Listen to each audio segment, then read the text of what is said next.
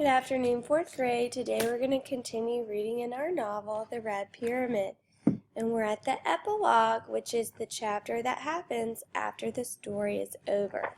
So the author is going to kind of tie up some loose ends. Alright, so before we get started, we have a fill-in-the-blank summary. Get ready to fill in the blanks. Sadie speaks Set's secret name, Evil Day, and the red pyramid is destroyed. Then a red snake starts to take form in the sky. It is Apophis trying to cross over into the mortal world. Apophis promised to come back one day. Sadie made a deal with Set to release him if he promised to help her and the House of Life later on. Then Sadie and Carter gave up their host gods and decided that they needed to teach more people about the ways of the magicians.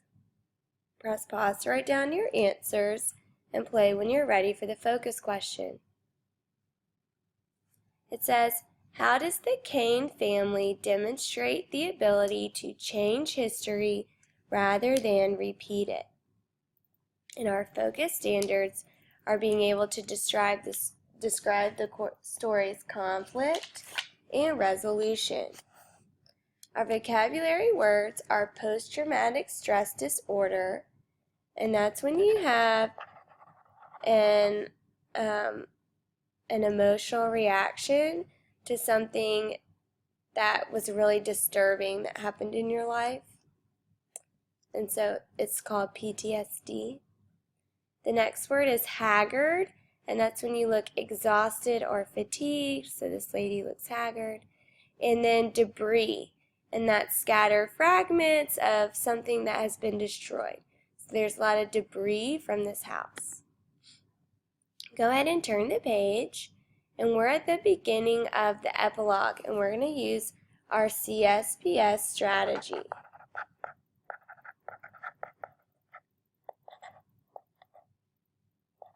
Okay, we're at Carter's narration, and you can see they're back in New York. We headed back to the mansion since we had nowhere else to go. Top of the page. We had managed to save the world, but we couldn't help feeling a little defeated. The mansion was in a terrible state from being blown up, and we'd failed to save our dad. Carter lost his first girlfriend, and Amos was suffering from the effects of post-traumatic stress disorder. It took Sadie and I several weeks to make the house livable again. We used magic, but it was a lot harder without Isis and Horace to help. Amos was the worst for wear. He'd been taken over by Set, his will broken. I wondered if he'd ever be the same again. Most days he stared desolately into space. He lost too much weight. His face looked haggard. Most days he wore his bathrobe and didn't even bother to comb his hair. We stowed Isis's and Horace's amulets in a box in the library. Eventually, we got the walls and ceilings repaired and cleaned up the debris until the house was no longer smell like smoke. Every day I went to sleep feeling as if I'd done 12 hours of hard labor. We'll stop right there because we have information about our character and our setting. In box 1A, we would write, Carter and Sadie worked hard to clean up and repair the mansion, but they still feel like they failed because they didn't save their dad. Press pause to write down your answer and play when you're ready for the quote. And you can write down this quote about the mansion. In the top corner, the mansion was in a terrible state from being blown up, and we'd failed to save our dad. Press pause to write down your quote and play when you're ready for the setting. And for the setting, we know Carter tells us on the first page that they headed back to the mansion. And so in box 2A, we would write, Carter and Sadie went back to the mansion in Brooklyn after stopping set. Press pause to write down your answer and play when you're ready for the quote. For the quote, we would write Carter's narration on the first page. We headed back to the mansion since we had nowhere else to go. Press pause to write down the quote and play when you're ready to keep reading. Turn the page. One morning we had a visitor. Sadie, Carter, would you come with me, please? Annabeth, what are you doing here? Someone wishes to see you. We'll stop right there because we actually have information about our problem on the first page. We know that in box 3A we would write, Carter and Sadie are worried that Amos will never be the same again. He is still traumatized from being possessed by Set. Press pause to write down your answer and play when you're ready for the quote. And in this quote, in the middle of the page, Sadie says, Amos was worse for wear. He's been taken over by Set, his will broken. I wondered if he'd ever be the same. Press pause to write down your quote and play when you're ready to keep reading. All right, now we can go to the other page. Annabeth comes to see them. Sadie, Carter, would you come with me, please? Annabeth, what are you doing here? Someone wishes to see you. Annabeth led us back to the Hall of Judgment. It had gotten a makeover from the sad, broken room we'd seen days before, and this time, someone was sitting on the throne. Dad looked the same as he always had, except, well, come on, I won't bite. Through the glimmer of the duat, I could see his other form. Amit, behave. These are my children. And you can see in this second picture, Julius looks more like Osiris. You're blue. Well, it goes with the territory, I'm afraid. Top of the page. I brought you here to tell you how proud I am of you. The gods are very much in your debt. But what are you, my dad, Osiris? Are you even alive? I am both Osiris and Julius Cain. I am alive and dead, though the term recycled is closer to the truth. Osiris is the god of the dead and the god of new life. To return him to his throne, you had to die. You knew this going into it. You intentionally hosted Osiris, knowing you would die. This is what you meant by making things right? Carter, when Osiris was alive, he was a great king, but when he died, he became 1,000 times more powerful. If there is chaos here in the duat, it reverberates in the upper world. Helping Osiris to his throne will bring order back to the duat. My duties here are more important than anything I could have done in the world above, except being your father, and I am still your father. There's another reason I made my choice. As you probably guessed, turn the page.